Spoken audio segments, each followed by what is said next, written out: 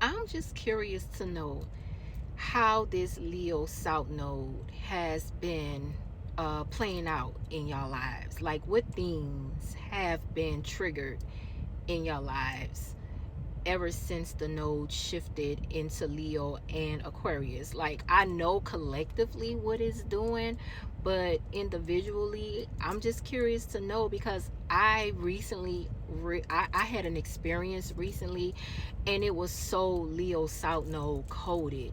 And I'm gonna tell y'all a quick story. So the last few months I've been feeling really nostalgic when it comes to music. I have been going down rabbit holes as far as finding me some new music. I am a music lover. I am a music connoisseur.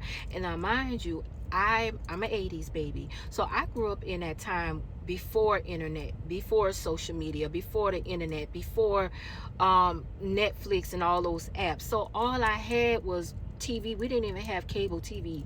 We only had the basic channels 246 and then music. That's all I had in my creativity. That's all I had growing up. So lately, like subconsciously, I've been like feeling extremely nostalgic when it comes to doing things that I used to do in my childhood, which is again so South Node coded because the South Node brings in past themes, past life themes, karmic themes, but themes around our creativity, our inner child, and things like that.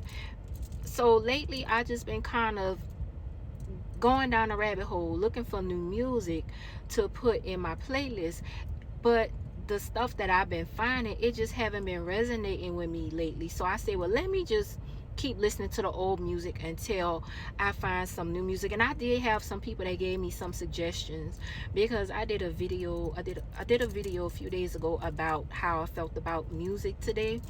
But some people did give me some suggestions as to what, who, and all that to listen to, and I'm grateful for them people. And then I said, well, let me just keep listening to the old stuff until I get my new playlist together. And it didn't dawn on me that a lot of the way that I've been feeling is just been South Node and Leo coded. So one day I was sitting in my living room and I literally never told anybody this. I mean, not a soul. I said to myself, I want to start a vinyl collection, right? And you know how you think about something, you come up with an idea, and then you start to get creative with the idea, and you say, okay, I want to do this, and then I want to do this, and then boom, boom, boom, boom, boom. So the idea that I came up with was, I want to start a vinyl collection. Of course I can play my music on the apps, of course I can play it on other things, but I just got an idea or an urge or a longing to start a vinyl collection, and didn't even know where to get started. And then I said to myself, I wonder what's going to be my first album, or how I'm going to start it. My specific album that came to mind was the Bad album, specifically Michael Jackson Bad. I said, well, I'm going to start shopping for the Bad Michael Jackson album. Literally the next week, my mom called me and said, hey, I don't know why I felt this, but I have a whole vinyl collection of stuff that I don't even listen to no more. And I know how much of a Michael Jackson fan you are, so I'm gonna just send you all his old albums that I have. I don't know exactly what I have, but I know I'm just trying to, go through some stuff. And I know you're a huge Michael Jackson fan, so I'm gonna just send you all the things. Of course, I was excited about it. Now, she didn't send me the Bad album, but she sent me all of his other albums. So that means that I still got to get the Bad album. Then, as I got the albums, she said, not only am I going to send you all of my old Michael Jackson albums, I'm going to send you some money. Because I told her, I said, well, thank you for the albums. I appreciate it. Now I'm just going to have to figure out how I'm going to play them because I don't have a record player. I mean, who has a record player unless you're my age or older? We really don't have record players, right? I said, well, I got to get a record player. She said, I'll send you the money to get a record player, right? So she sends me the albums. She sends me the money for the record player. I get the record player.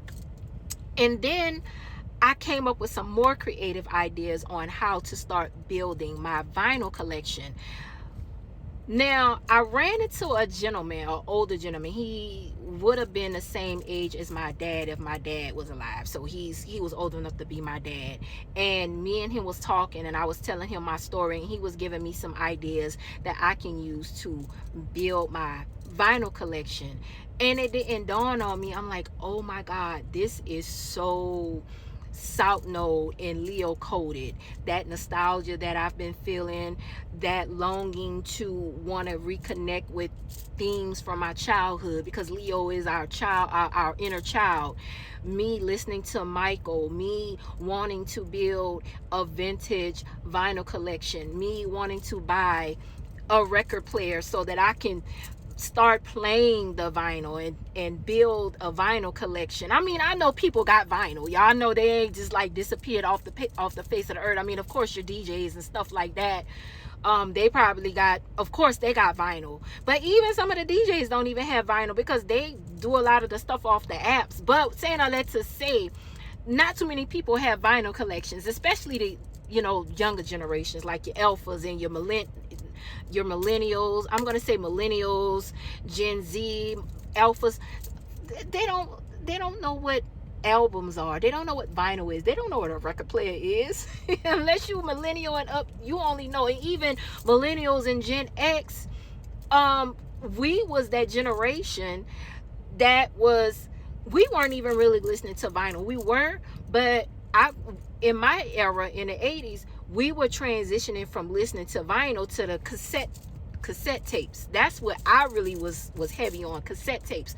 But I didn't have a desire to want to get a cassette tape collection. It was specifically vinyl.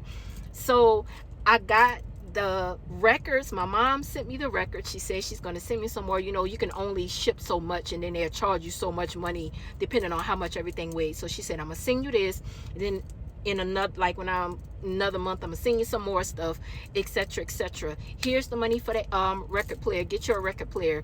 So me sitting at home listening to records on my record player has been bringing me so much happiness, and it's been bringing me so much joy, and it's been triggering my inner child.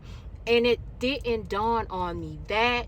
And then the gentleman, the beautiful older gentleman that I met, that was telling me all kind of, he was like, yeah, I had a vinyl collection, and he was telling me all the stories about his vinyl collection. And he was like, when you get your vinyl collection, do this, do that, do this. And I'm like, wait a minute, what? This is nothing but the universe. This is nothing but spirit and God bringing all of this together for me. And I'm saying all that to say, all of that experience for me, for me, is so South Node and Leo coded. Me wanting to get a vinyl collection, me wanting to reconnect to my inner child by playing stuff from my past. Vinyl records is past. Record players is something from the past. It's something retro. And that's what the nodes do. That's what the South Node specifically does. The South Node brings in themes from the past. And Leo is your inner child, is your creativity. It's what's fun. It's what makes you happy. So yeah, I just wanted to share that with you guys. I hope I ain't bore y'all too much with my story. But let me know if you guys have similar stories. If not, what is your experience so far with the South Node and Leo transit? Drop it in the comments, y'all. All right, happy healing, friends.